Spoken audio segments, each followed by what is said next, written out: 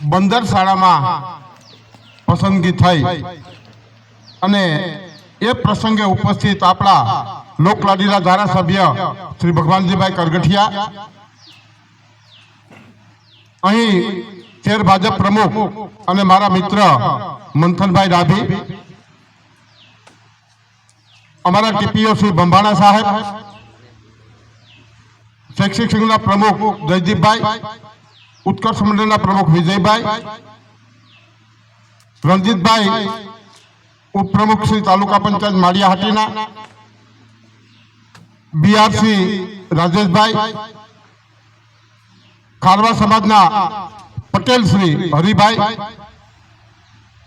તમામ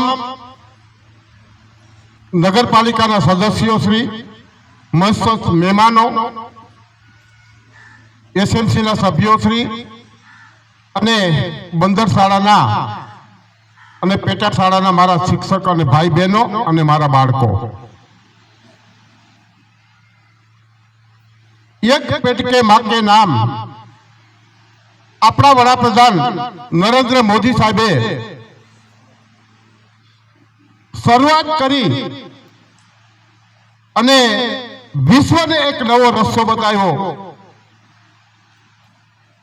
અને આપણે જાણીએ છીએ સાહેબ કે આપણા ઋષિમુનિઓ પણ કહેતા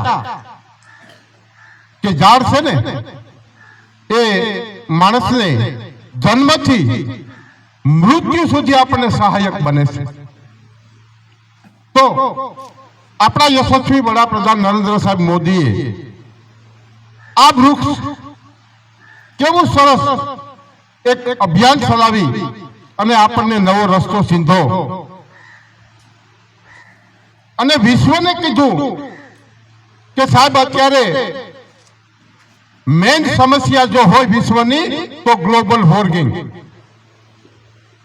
અને એ સમસ્યાને એના માટે એક જ ઉપાય છે, આપણે બધા વૃક્ષો વાવશો એટલે આ સમસ્યાનો હલ ઓટોમેટિક મળી જશે.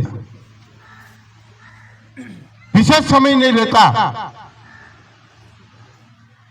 આ ઝાડ વિશે તો ઘણું આ બેને પણ બહુ સરસ શોર્ટકટ અને ટૂંકું ઘણું કીધું છે, પરંતુ આ કાર્યક્રમ જ્યારે આપણા મોદી સાહેબે આપ્યો છે તો અને થોડોક આ ઝાડ ઓક્સિજન આપે એ તો આપણે કોરોના કાળમાં આપણને પણ અનુભૂતિ થઈ કે એક બાટલાના કેટલા રૂપિયા ચૂકવવા પડતા, તો 24 કલાક જો આપણને ઓક્સિજન આ પરમેશ્વરે જે પરમાત્માએ જે નિર્માણ કર્યું અને આપણને અત્યારે ઓક્સિજન મળતું હોય તો આ એક નામ કે માँ का पेट का નામનો કાર્યક્રમ આજે બંદર શાળામાં આયોજન થયું. આપણે પણ આવેલા મહેમાન ભગવાનજીભાઈને ખાતરી આપીએ કે અમારી પ્રાથમિક શાળા માળિયા તાલુકાની આ આયોજન કરી અને તમામ શાળા અને તમામ બાળકો માँ के नाम पेट का તમામ કાર્યક્રમ સફળ કરશું એવી ખાતરી આપીએ છીએ.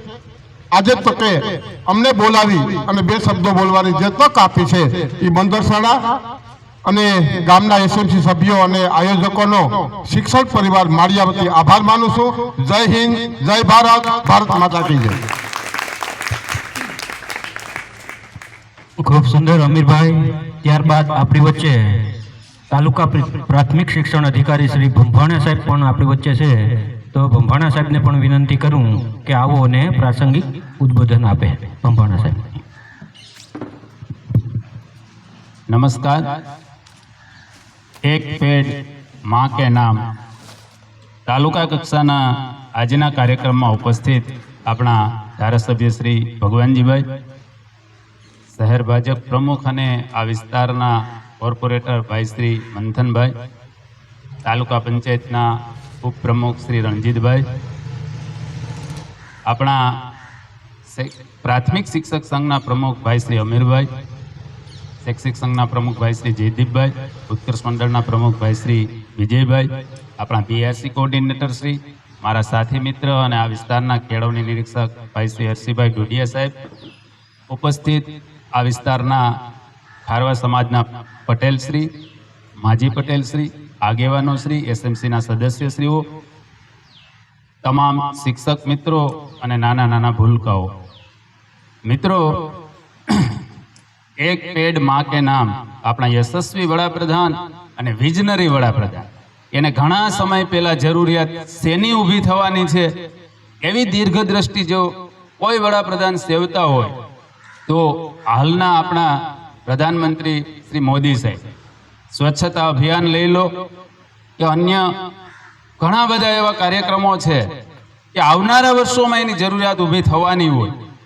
એવી દીર્ઘદ્રષ્ટિ સેવે છે અને એના નાતે જ આ કાર્યક્રમ આપ્યો છે. આમ તો આપણી સંસ્કૃતિ એવી રહી છે કે આપણે તો વૃક્ષોની પૂજા કરીએ, પ્રકૃતિની પૂજા કરવાવાળી પ્રજા છે. મિત્રો, આપણો ઇતિહાસ જ એવો, આપણા ઋષિ મુનિઓએ એ એટલું બધું સિંચન કરીને આપણે આપ્યું છે. એ પીપળાની પૂજા કરીએ છીએ, આપણે પાણી રેડીએ છીએ. પેલું અમાસના દિવસે જાય છે ને બેટા, તમને ખબર હોય છે ને આપણી ઘરેથી આપણી માતાઓને જાય છે કે નહીં? મોદી સાહેબે શું કર્યું કે ભાઈ આ વખતે આપણે એવો કાર્યક્રમ કરીએ કે દરેક બાળક, દરેક માણસ એક એક વૃક્ષ વાવે તો ખરા, પણ સાથે સાથે ઉછેરે પણ ખરા. હમણાં જ સાહેબે વાત કરી હતી ને કે વાવવું અને ઉછેરવું આ બે બાબત જુદી જુદી. વાવી દીધા પછી માતા જેમ બાળકનો ઉછેર કરે એવી રીતે વૃક્ષનો ઉછેર આપણે કરવો જોઈએ, તો જ એ વૃક્ષ મોટું થવાનું છે. વૃક્ષો વાવવાથી કેટલા ફાયદા થાય, અમીરભાઈ હમણાં જ વાત કરી હતી કે બાળક જન્મે ત્યાંથી મૃત્યુ પામે ત્યાં સુધી વૃક્ષ સાથે જોડાયેલા છે. તમામ ઘોડિયાથી લઈ અને છેલ્લે અગ્નિ સંસ્કાર સુધી આપણે વૃક્ષોની જરૂરિયાત છે. એટલે વૃક્ષ આપણને અતિ ઉપયોગી છે, ફળ ફૂલ આપે છે, સાથે સાથે પશુ પક્ષીઓનો આશ્રય આપે છે.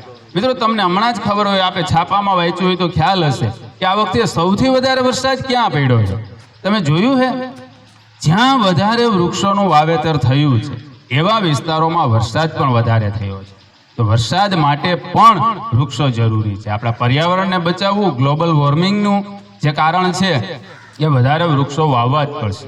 ઓક્સિજનની જરૂરિયાત માટે પણ વાવવા પડશે. આમ વૃક્ષ આપણને અનેક રીતે ઉપયોગી છે.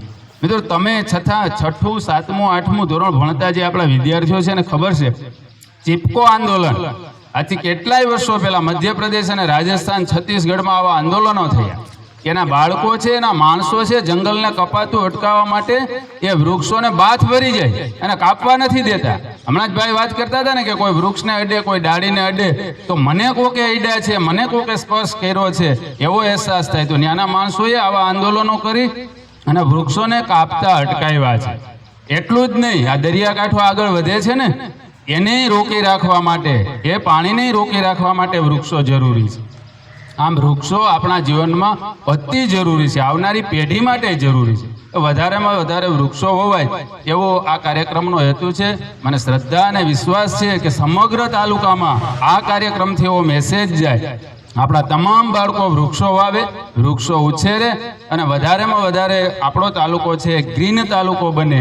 તમે કીધું ને કે આપણી શાળા છે ગ્રીન શાળા છે, તો એવી રીતે વધારે વૃક્ષો હોવાય એવી અભ્યર્થના સાથે મારી વાત પૂરી કરું છું. જય જય ગરવી ગુજરાત, વંદે ભારત. થેન્ક યુ સાહેબજી. જો સાહેબે ખૂબ સરસ મજાની વાત કરી કે પર્યાવરણ છે, પ્રકૃતિ છે તો આપણે છે. તો મિત્રો, જે પર્યાવરણ છે જો એ ન હોય, વૃક્ષ જ ન હોય તો આપણું જીવવું દુર્લભ થઈ જાય છે. જે અત્યારે વૃક્ષોનું આપણે ઉદાહરણ લઈએ કે દિન પ્રતિદિન છે વૃક્ષો માણસો કાપવા લાગે. શા માટે? આપણે વિસ્તારની વાત કરીએ તો કે આપણે હોડી બોર્ડ જે બનાવીએ, ફર્નિચર માણસોને જોઈએ છે લાકડાનું, તો એના માટે વૃક્ષોની જરૂરિયાત તો પડે ને. તો નવા બનાવવા માટે એટલે આપણે વૃક્ષોનું પણ વાવેતર કરવું પડશે ને. એટલે આજથી આપણે પણ મોદી સાહેબનો જે આ અભિયાન છે એ નિમિત્તે આપણે પણ પ્રણ લઈએ કે આપણે બધા પણ વૃક્ષ વાવીશું, ને ખાલી વાવીશું નહીં પણ એનું જતન પણ કરશું, એનું પરવરિશ પણ કરશું. ત્યારબાદ હવે આપણી વચ્ચે આજના મુખ્ય મહેમાન શ્રી એક પેડ માં કે નામ એ પ્રસંગે ઉપસ્થિત થયેલ 89 માંગરોળ માળિયા વિસ્તારના ધારાસભ્ય શ્રી ભગવાનજીભાઈ કરગઠિયા સાહેબને વિનંતી કરું કે આવો ને આ મોદી સાહેબના શુભ પ્રસંગ નિમિત્તે આપનું પ્રાસંગિક ઉદ્બોધન આપશે.